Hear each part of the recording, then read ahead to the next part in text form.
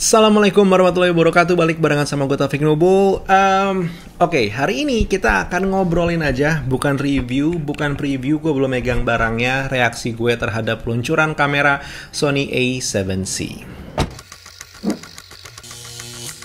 Tadinya gue nggak pengen bikin video, makanya setupnya begini doang.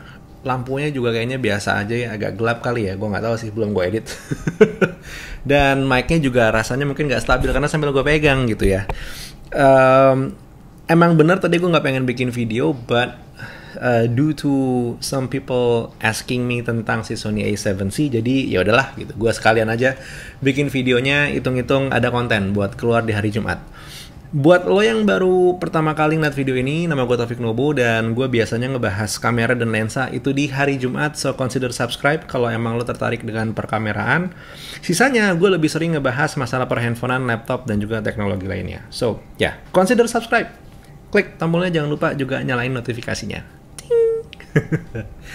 Anyway, Sony A7C. Gue bisa bilang pada dasarnya ini adalah Sony A7 III tapi beda casing. Selesai. Pada dasarnya Sony A7C ya begitu. Ada satu atau dua hal yang berbeda yang akan kita bahas nantinya. Tapi keep in mind kalau lo sudah memiliki Sony A7 III sekarang dan lo seorang fotografer, you already have the right camera and have the right tools.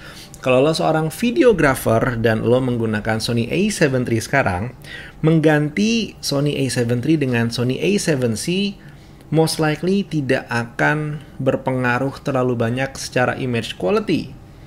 Walaupun akan membantu proses kerja mungkin iya, tapi secara image ujung-ujungnya sama-sama aja. Let's discuss.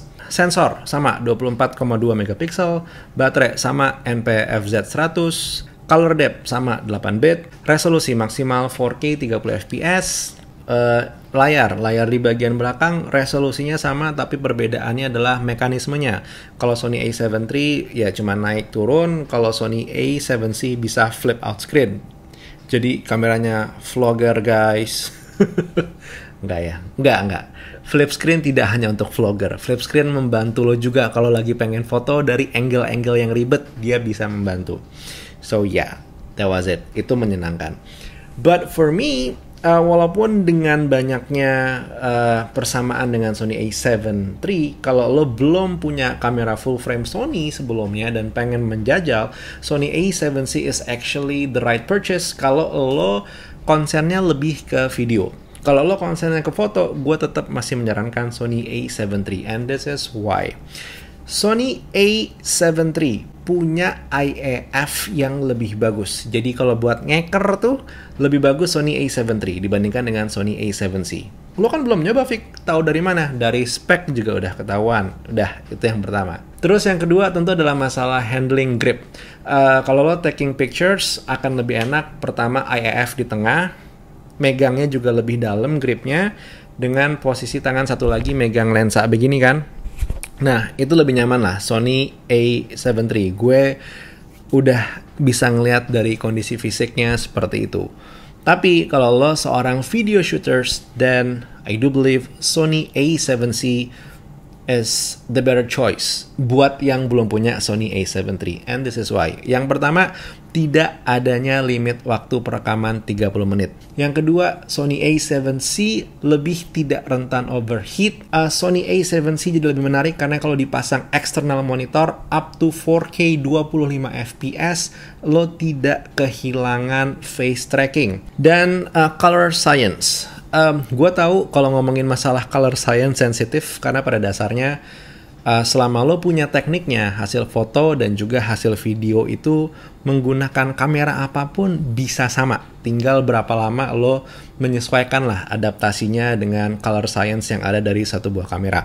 But however, buat lo yang masih mengandalkan warna out of cam, Sony A7C dari hasil pengamatan gue beberapa video dan juga artikel yang keluar punya color science yang lebih bagus, terutama untuk skin tone, dan itu yang dimau oleh kita semua, bukan?